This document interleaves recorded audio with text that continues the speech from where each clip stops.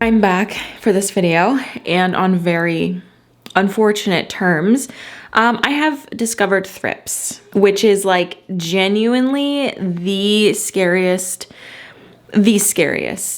pest in my opinion. I mean, spider mites are nothing. I actually have an active spider mite infestation currently, and then now this. So basically how it started was my micans was declining really fast, and I kept like losing leaves, and they looked like this.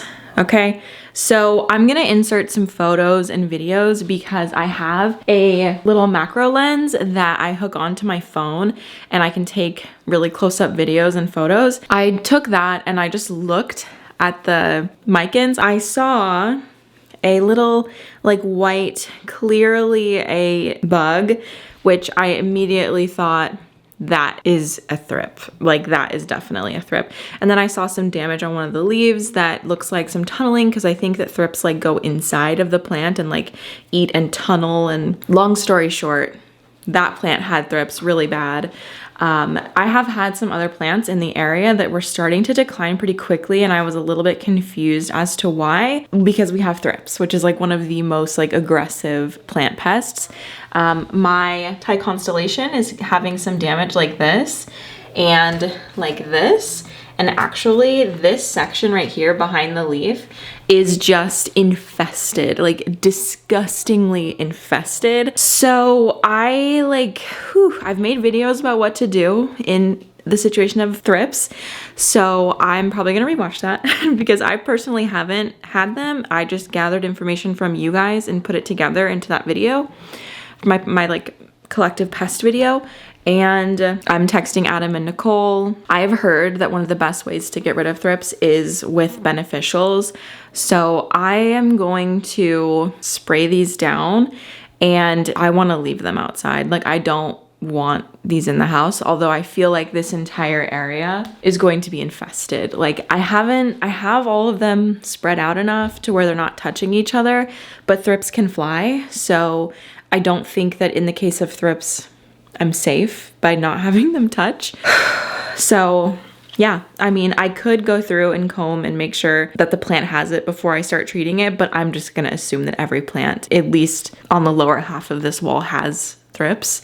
Because yeah, you can never be too certain. Like, you leave one plant with thrips and then everything will get infested again, you know? But anyway, I feel really gross about this. And like, of course, this happens when I am in a postpartum period, like not trying to give a ton of attention to my plants.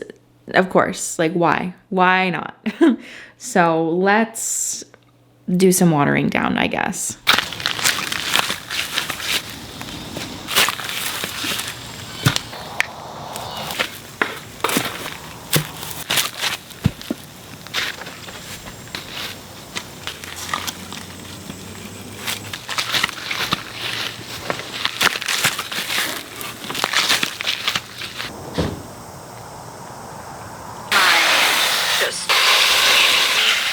And also just from like my religious upbringing of like that not being good.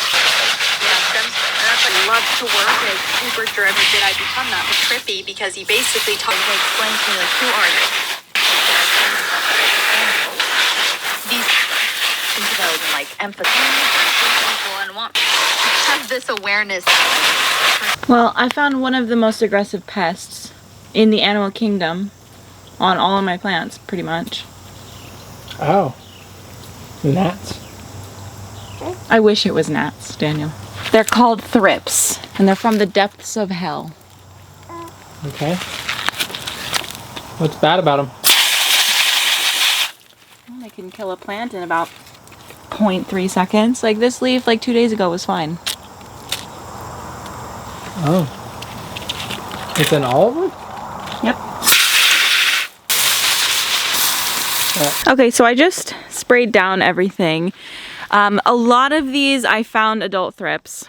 Some of them I didn't find anything, but it's still getting treated. I'm gonna look into some beneficials. I'm feeling a little like panicked right now, so yeah, I will probably come back with explaining everything that I did, but I'm going to look for some beneficials and release them in the plant room, because I've heard honestly that's like one of the most effective ways to get rid of them, and because I have a closed off space where I can do something like that, I'm just gonna do that. Even if it means putting like every plant I own in that room and releasing like 1 million of them, I will do it. That is the update for right now.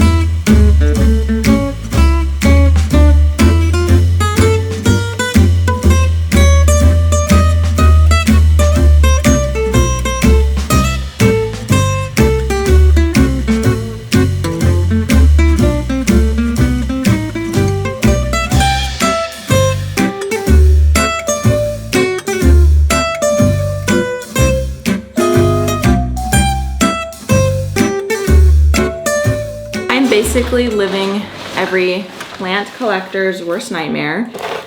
I have thrips and I'm in a season of my life where this is going to be kind of hard to get rid of just due to circumstances. I just had a baby and I'm stressed and all of these things. So I am nervous about the coming weeks and months, to be honest with you.